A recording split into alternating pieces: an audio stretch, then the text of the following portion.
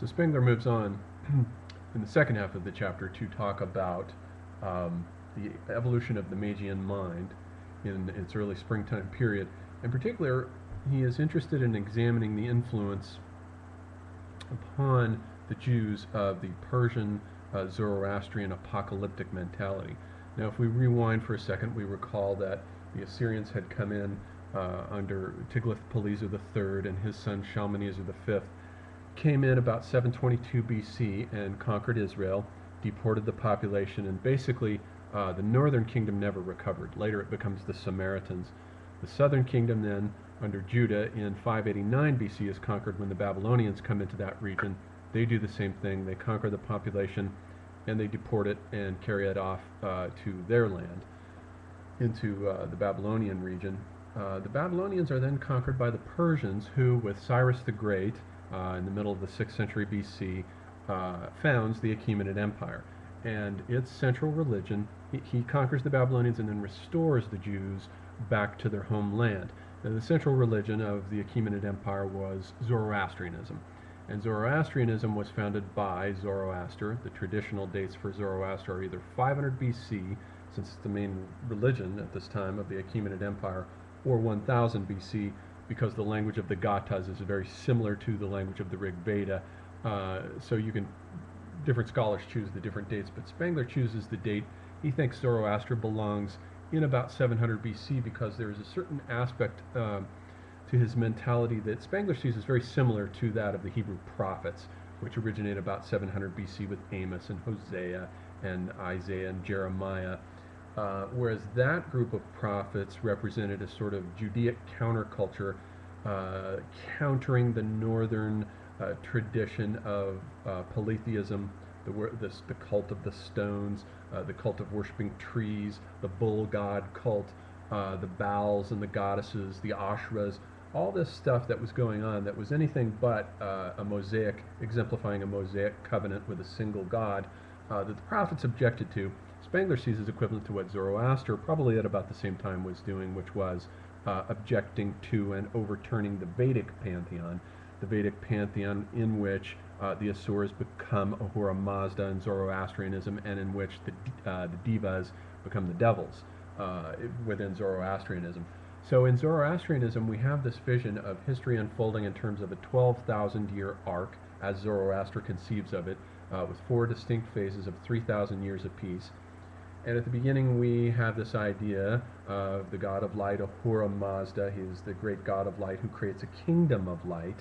And then Angra Mainyu, the antagonist who resents the creation of this kingdom of light. And then Ahura Mazda creates the world, creates it as a flat disk, basically, pushes up the mountains, and then puts on this earth the primal ox and the primal man. Angra Mainyu then fills this world with everything that's evil: scorpions, snakes, alligators, anything that's evil. He populates this world with these evil things. And then he attacks Guillemart and the cosmic bull. When he kills the cosmic bull, and this later, Angra Mainyu killing the cosmic bull later then becomes the basis for the Mithraic image of Mithras slaying the bull, which comes out of this Zoroastrian tradition as a kind of Zoroastrian heresy during the Hellenistic and late Roman period. He conquers kills the cosmic ox, and as the ox falls to the earth, from out of its spinal marrow spring up all the world's food plants, and from out of its semen come all the world's animals. Then he kills Guillemart, the primordial man. Guillemart falls, and as his body decays into the earth, all the metals emerge from the decay of his body. And out of one of these metals, gold in particular, springs up a flower that opens its petals, and on that flower is sitting the Adam and Eve of this tradition, Masha and Mashoi. They are the primordial parents. And then they mate and produce offspring, but they love their offspring so much that they start eating them. So Ahura Mazda has to tone down parental love so that parents will not eat their children. And it goes on and so forth. And then in the middle of this creation is to come Zoroaster, to bring the message of redemption, which is to follow the right way, the right path, the path of righteousness. And we get the Amisha Spentas, who are the prototypes of the angels. And then at the end of time, after this 12,000-year arc has taken place and passed, At the end of time, we will get a cosmic apocalypse. The world will come to an end when a meteor crashes into the world, melts all the metals, and it turns into a flowing river of magma that burn the damned. But the righteous will experience this flowing river of magma as basically as warm milk. It won't affect them at all. And the world will come to an end with the coming of a savior, a redeemer figure named Saoshant, who will come at the end of time. And Spengler says then that this religion, when the Jews were in Babylon, and when they were in the process of being restored back to their homeland by Cyrus the Great, were affected and influenced by Zoroastrian apocalypticism. And consequently, by the time they get back, and under Ezra in the middle of the 5th century BC, about 450 BC, they begin to form the canon. And we start getting apocalyptic texts coming with Ezekiel. We shift from the period of the prophets to, with the post-exilic literature, the period of Ezekiel. In Ezekiel, for the first time, we get the idea of the Son of Man. That's the Redeemer figure again, that it appeared as Saoshant, as the Redeemer figure in Zoroastrianism. We get the Son of Man. The Amisha Spentas turn up as angels. Angra Mainyu turns up as Satan. So we get all of this Persian influence coming in and creating the basis for the apocalypticism of these new Hebrew texts, Ezekiel, Zechariah, Deutero, Isaiah, and even Cyrus the Great himself turns up as a Messiah figure in Isaiah. So that's what influences the Zoroastrian, or what influences the Jewish imagination coming in from the Zoroastrian world at this time. So then Spengler moves on to a discussion. He says, this begins then to set the stage for the appearance of Christianity, starting with, of course, Jesus Christ, who appears, and he has this wonderful description of the appearance of Christ. I do want to read this one paragraph that I think is a beautiful description of the kind of thing, the kind of consciousness that was coming into being here as the Magian consciousness began to awaken during this period. He says that over the dawn of the new culture lay this deathly anxiety. In this early morning of Magian world feeling, timorous and hesitant and ignorant of itself, young eyes saw the end of the world at hand. It is the first thought in which every culture to this day has come to knowledge of itself. All but the shallower souls trembled before revelations, miracles, glimpses into the very fundament of things. Men now lived and thought only in apocalyptic images. Actuality became appearance. Strange and terrifying visions were told mysteriously by one to another, read out from fantastic veiled texts, and seized at once with an immediate inward certainty. And so Christ comes out of this apocalyptic matrix, this apocalyptic heat-up that begins about the time of the Maccabean revolt in 160 BC, when we begin to get the first apocalyptic texts with 1 Enoch and the book of Daniel, and then we start getting with 2 Esdras. 2 Esdras becomes the prototype for the book of Revelation. They're fundamentally Jewish texts. And all the literature of this period, and it includes not just the biblical literature, but texts like the Corpus Hermeticum in Egypt, with the Pimender that has the myth in the Pimender, which is the opening text of the Corpus Hermeticum. It came out of Alexandria. It has the myth of the descent of the Anthropos, Nous, who falls into Phusis. He looks down from the heavens and sees his reflection looking back at him from the earth as Phusis, and he falls into it and becomes incarnate. There again, the basic myth of this time, the basic Magian myth, is this idea of the Messiah, or the mysterious Redeemer figure, the one thus come, the one who comes down from a mysterious world of light and wanders over the earth as a light that shines in the darkness and illuminates the fallen world. This, he says, is the common myth of all these Magian visions. You can find it in every single one of them.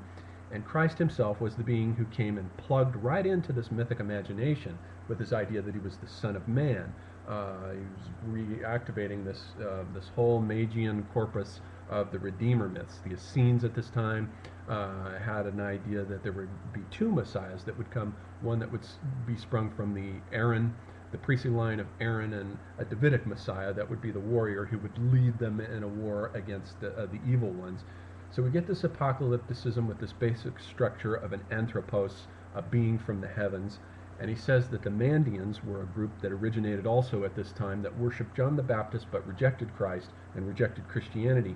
And he thinks that the Mandaeans also had this myth, what they called Barnasha, the son of light that descends down from the heavens to the earth to illuminate the world.